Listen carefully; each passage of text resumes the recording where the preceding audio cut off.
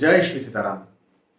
आप इस बात को समझ लीजिए कि आपके भाग्य के 3 पिलर्स हैं, मतलब आपका जो भाग्य है वो इन 3 पिलर्स पर टिका हुआ है। वो 3 पिलर कौन कौन से हैं? तो एक है आपकी कुंडली या फिर ज्योतिष शास्त्र जिसको हम कहते हैं। एक है आपका घर, आपकी दुकान, आपकी जगह, आपके प्लॉट, मतलब जिसको हम वास्तु शास्त्र कहते हैं। हाँ, वास्तु का एनालिसिस जहां पर किया जाता है। और एक है अंक शास्त्र, आपका नाम। हाँ, कहते हैं ना नाम में क्या रखा है, लेकिन नाम में ही सब कुछ रखा हुआ है। नाम रह जाता है। हाँ, नाम रह जाता है, बाकी सब चले जाता है। बड़े बड़े लोगों के नाम ही आपको याद है। हाँ, वो तो चले गए। तो नाम, श्री सीताराम, नाम लेकर के लोग जो है वो तर गए। तो नाम में ही सब कुछ रखा हुआ है, मैं तो ये कहूंगा। और अध्यात्म में तो नाम में ही सब कुछ है। हाँ, श्री प्रेमानंद महाराज जी कहते हैं नाम जप करो, नाम जप करो, नाम में ही सब कुछ है। तो आपका नाम भी जो है ना, वो भी बहुत ज्यादा इंपॉर्टेंट होता है। भगवान का नाम तो है ही है, आपका नाम भी इंपॉर्टेंट है।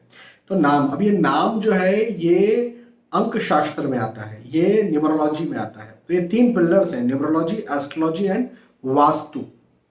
ये 3 यदि आपके फेवर में है तो आपका जीवन ऐसा भागेगा, ऐसा दौड़ेगा कि कोई कुछ नहीं रोक पाएगा, और आप भी चाह करके नहीं रोक पाएंगे अपने जीवन को सफल होने से। और यदि इसमें से कोई एक पिलर खराब है, हाँ, जैसे एस्ट्रोलॉजी, कुंडली आपकी खराब है, फिर आप वास्तु और न्यूमरोलॉजी पे पीछे पड़े हुए हैं, कुछ नहीं होने वाला। न्यूमरोलॉजी और एस्ट्रोलॉजी को आप समझ रहे हैं, लेकिन वास्तु का आपने ध्यान ही नहीं दिया, तो कुछ नहीं होने वाला।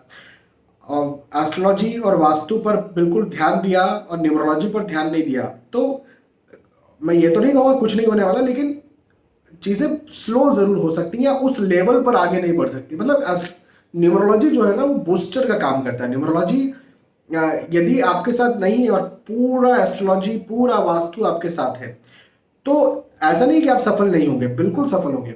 लेकिन वहां पर यदि न्यूमरोलॉजी आपने लगा दिया तो ऐसा है कि एक्स्ट्रा विंग मिल जाएंगे आपको, और उड़ने के लिए आपको और बूस्टिंग मिल जाएगा। तो न्यूमरोलॉजी को एक प्रकार से बूस्टिंग पिलर भी आप समझ सकते हैं। हाँ, और इसको नजरअंदाज नहीं किया जाना चाहिए।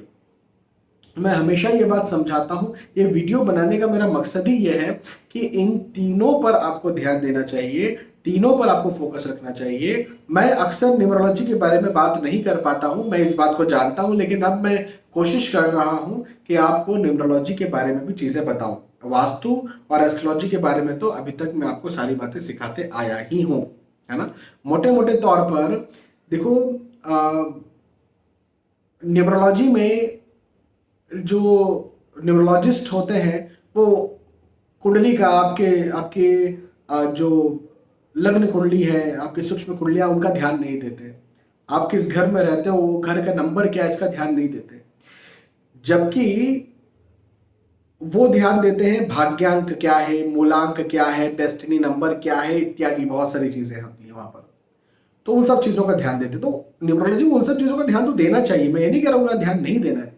लेकिन यदि आपकी कुंडली में कोई प्लैनेट है, अब देखो मैं आपको थोड़ा समझाता हूं कि आपको गवर्नमेंट जॉब लगना है या आईएएस आईपीएस बनना है। अब सबके अपने अलग अलग जो एम है, जो लक्ष्य है, वो हो सकते हैं। तो आपका गवर्नमेंट जॉब का लक्ष्य, आईएएस आईपीएस का लक्ष्य है, तो कुंडली में यदि मान के चले कि गवर्नमेंट जॉब सूर्य लगवा रहे हैं उदाहरण के तौर पर, और सूर्य कुंडली में बहुत अच्छे हैं, और जो न्यूमरोलॉजिकली हो सकता है कि सूर्य का जो नंबर है वो आपके लिए एनिमी नंबर आता है, तो भी, हाँ जी, तो भी आपके नाम में ऐसा कुछ करेक्शन किया जाए जो कि सूर्य का नंबर जो बनता है, सूर्य का नंबर क्या है 1, तो सूर्य का जो नंबर बनता है वो यदि आपके नाम का नंबर बन जाए तो वो वहां पर आपको सपोर्ट कर देगा और आपकी गवर्नमेंट जॉब लगा देगा, उच्च लेवल की गवर्नमेंट जॉब लगा देगा। अब ऐसे,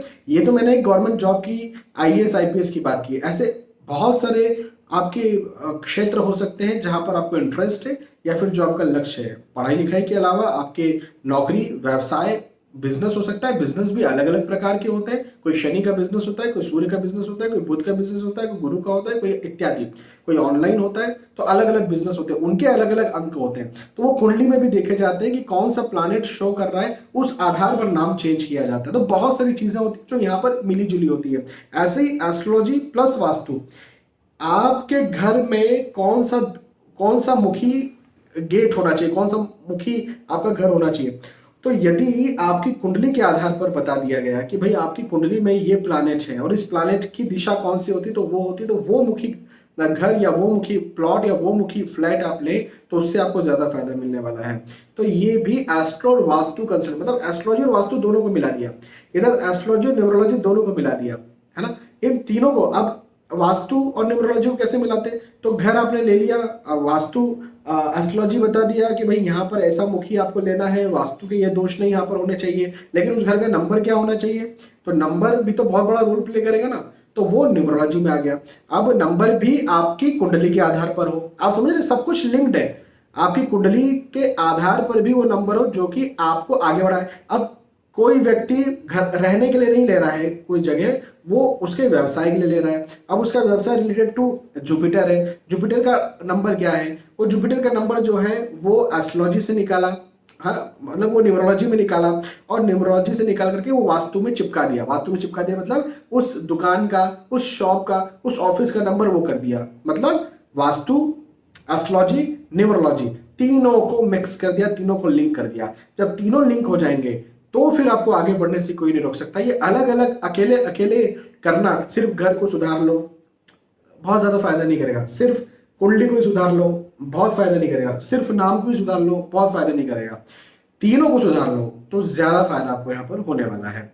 ये जस्ट मैं आपको समझाना चाह रहा हूँ किस प्रकार से आपका भाग्य आगे बढ़ता है, किस प्रकार से भाग्य वर्क करता है, और फिर आपको किस प्रकार से उन्नति देखने को मिलती है। मुझे लगता है कि आपको बहुत चीजें समझ में आई होंगी। अब आगे चल के और बातें मैं आपको समझाऊंगा कि कैसे ये जो नंबर्स हैं वो एस्ट्रोलॉजी से लिए जाते हैं, वो मैं आपको अच्छे से समझाऊंगा। बहुत बहुत धन्यवाद, फिर मिलते हैं आने वाले वीडियोस में। तब तक के लिए आज के इस आपसे विदा चाहता हूँ। जय श्री सीताराम।